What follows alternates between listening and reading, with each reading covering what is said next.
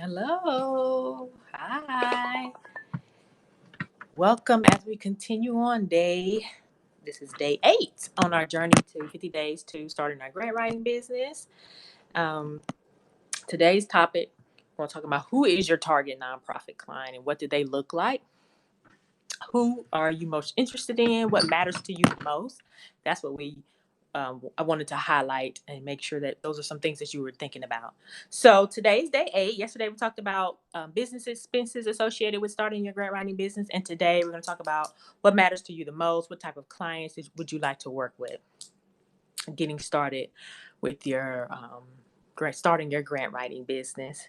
So, starting my grant writing business, I again just kind of just worked into my local nonprofit, worked with them a local nonprofit in the community that I lived in, and they provided K-12 education to students, generally middle school students, and after school programs, STEM programs.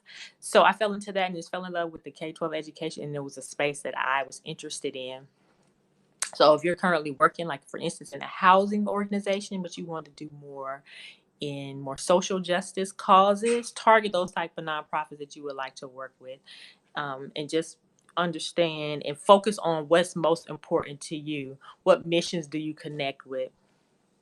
What nonprofits are out there that even interest you? There's an organization called Launch Code, and they teach individuals, not just students, but adults as well, coding skills so they can get um, job opportunities in technical fields where they can earn livable wages. So I thought it was a very cool organization. Again, they're called Launch Code, and they have multiple sites across the United States. I found out about them being a part of GPA at the national conference, connecting with an individual, another grant professional. She worked for them. She was telling me about the organization. So, what organizations are you attracted to that are different, that excite you?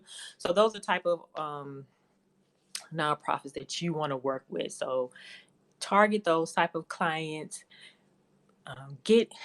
Get on their email list. See what type of upcoming virtual events that they have. Any type of things that they're doing in the community after this COVID world comes to an end. Hopefully, when we get back out to public interfacing, even right now during this time, any type of virtual conferences, meetings that they're hosting that's open to the public or their donors. Be a part of their donors. Get on their donor list. See how they're communicating to their donors, and look into working with a nonprofit that targets your interests and targets things that matter to you the most.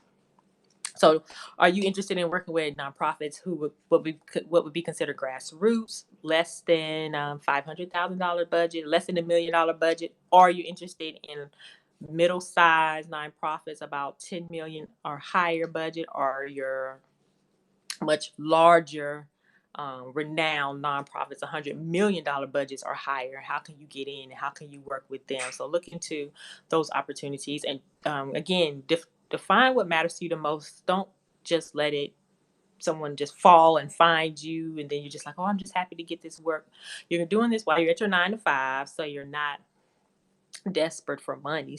I hate to say it like that, but it's not required that you have immediate funds coming in. So you're doing this while you're at your 9 to 5. You're targeting what matters to you the most. You're listing out organizations that you're most interested in, so you can attract organizations that you are more inclined to work with, or whose organizations who your mission that you're most attracted to. So again, are you interested in working with grassroots, helping them getting started, helping them getting grant ready? Are you want to work with middle tier nonprofits who are already generally grant ready? They may already have a grant writer on staff. You just can jump right in and help them get to work. Or you want to interest in working with even larger nonprofits?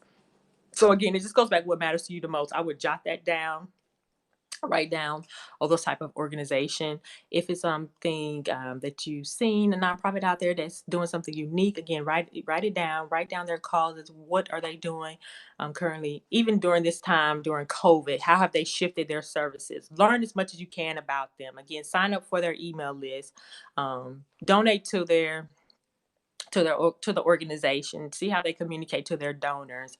How can you reach out to them? How can you work with them? How can you connect with them in this virtual environment? So I want to make sure this is something that you were thinking about as you're starting your grant writing business. And remember, we're on our journey, 50 days to starting our grant writing business.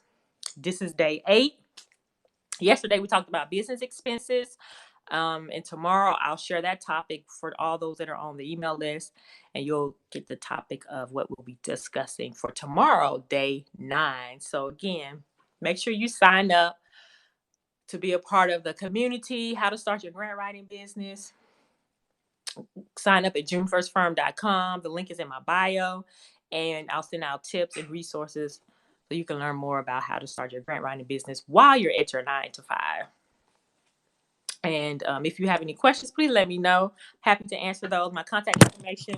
Oops. My contact information is in my bio, so please reach out to me if you have any questions.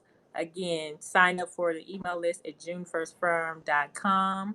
And I'll see you tomorrow for day 9. And I'll share that topic again tonight for those that are signed up. And I'll talk to you tomorrow. Bye-bye.